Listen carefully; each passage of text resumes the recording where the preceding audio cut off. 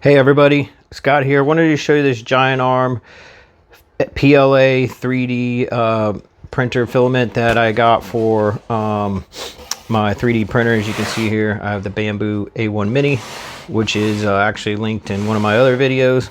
So right here is the spool. It comes in. It is vacuum sealed, so it hopefully stays dry and during shipment, as you don't want to get these filaments wet prior to printing.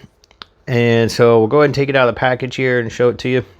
All right, so got it out of the package here. So obviously this is the spool, and then it is diameter 1.75 millimeters with a net weight of 1 kilogram.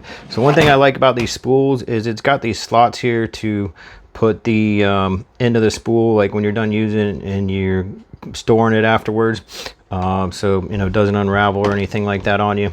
And then I do print these these spool adapters for it, just because with this printer, this hole is a little too big, but it works great. As you can see, I have some others here on my printer, but just wanted to show you this real quick before I put it on the printer and start printing.